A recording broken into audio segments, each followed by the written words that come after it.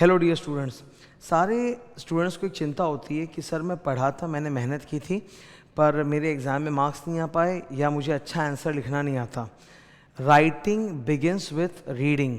और मैं आपको बताता हूँ, सब कॉन्शियसली जो स्टूडेंट्स होते हैं ना, वो क्वेश्चन आंसर्स को रीड नहीं करते, दे हेट रीडिंग। उनको बस समरी चाहिए होता है कि बस ये सवाल है, इसका जवाब क्या होगा, आंसर क्या होगा पॉइंट में। दैट वे आपकी राइटिंग स्किल कभी भी बिल्ड नहीं होने वाली है। कोई भी, आप किसी भी टीचर का एग्जाम्पल ले लो, हम टीचर्स लोग भयंकर रीड करते हैं, भयंकर पढ़ते हैं, तब हम लोग आपके सामने आके बोल पाते हैं। 1-2 घंटे की क्लास के लिए कितना क्वांटिटी रीड करना पड़ता है, तब जाके we are able to articulate and speak. तो आप सोचो कि अगर आपको एग्जाम में आंसर लिखना और आप रीड नहीं कर रहे हो, ठीक है, you hate reading, you have not read the question bank thoroughly, तो जब तुम लिखने बैठोगे ना, तुमको वर्ड्स नहीं मिलेंगे। मैं एक एग्जाम्पल के थ्रू शो करता हूँ, ठीक है। जैसे सपोज ये क्वेश्चन आया मेरे सामने जस्ट, ठीक है, ये क्वेश्चन है। अब इस क्वेश्चन को थॉरोली, क्वेश्चन को और उसके पूरे आंसर का ये जो सिंटैक्स है, इसको जब तक आप थॉरोली रीड नहीं करोगे, ना तो आपको कीवर्ड्स पता चलेंगे, ना आंसर का स्ट्रक्चर, राइटिंग स्टाइल पता चलेगा, ना ये पता चलेगा कि आईसीआई एग्जैक्ट आपसे चाहता क्या है। आंसर को पूरा रीड करने की हैबिट डालो। मैं क्लियर बता रहा हूँ, जितने भी स्टूडेंट्स हैं जिनको थ्योरी में ये दिक्कत होती है कि सर लिखा नहीं जाता, your problem is not writing, your problem starts earlier with the reading. If you don't read the answer, जैसे अब ये लंबे आंसर को जब आप रीड करोगे, तब धीरे धीरे you will see that the language is getting absorbed. जो आज रीड करेगा वो कल बढ़िया एग्जाम में आंसर राइट करेगा। Reader will eventually become writer. If you want to write good answer, you have to read again and again again and again, ठीक है।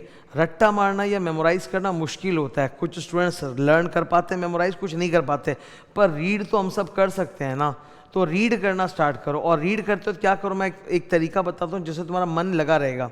फॉर एग्जाम्पल, जैसे एक क्वेश्चन को उठाया मैंने, okay, this you can see is a blank question, मतलब कुछ mark नहीं है। यू टेक योर पेन और हाईलाइटर, और तुम इसको अंडरलाइन करते करते भी पढ़ सकते हो, टू बिगिन विथ, ठीक है, कि in the given case the auditor has come to know, ऐसे to begin with you can start. ये पहला स्टेज होता है। जब तुम थोड़े एडवांस हो जाओगे तो तुमको पूरा अंडरलाइन नहीं करना पड़ेगा, तब तुम केवल कीवर्ड्स को अंडरलाइन कर सकते हो या हाईलाइटर चला सकते हो। इससे क्या होता है ना, एक मन लगा रहेगा। ये एक होता है मोशन गाइड्स इमोशन।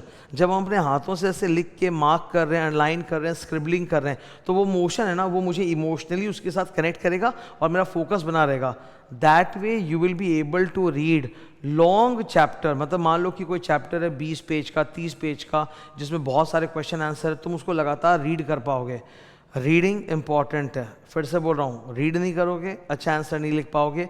रीडिंग से ही keywords, phrases, structure of the sentence, वो सब आता है। एग्जाम में जो हमें छुट्टी मिलती है ना, वो एक दिन की, उसमें जब आप एक ही सब्जेक्ट को रिवाइज करते हो तो वहाँ पे इतना रीड आप करते हो कि एग्जाम में आपसे राइटिंग स्टार्ट हो जाता है। You are able to construct the sentences merely on the basis of remembering the clue points.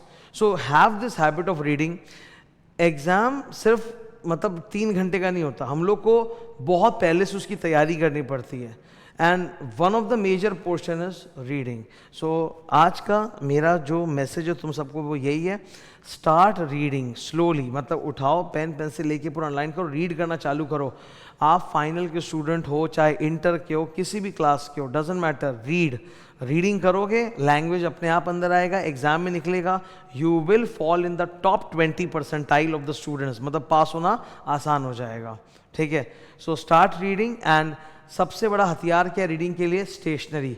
अपने साथ पेन, हाइलाइटर्स रखो और दनादन मार्क करके रीडिंग करो। जब एक कोरी किताब को तुम पूरा भर दोगे ना रीड करके, मार्क करके, तुमको वो किताब एकदम नॉर्मल लगेगी। जिससे डर लगता था वो डर खत्म हो जाएगा, लगे हाँ ये तो मेरी अपनी पुस्तक है, पूरा मार्क किया हुआ है, I know it, I will do it again, I have done it once, I can do it again, वो फीलिंग आएगी। Okay, so try it out और फॉलो करो, देखो फायदा होगा। Thank you.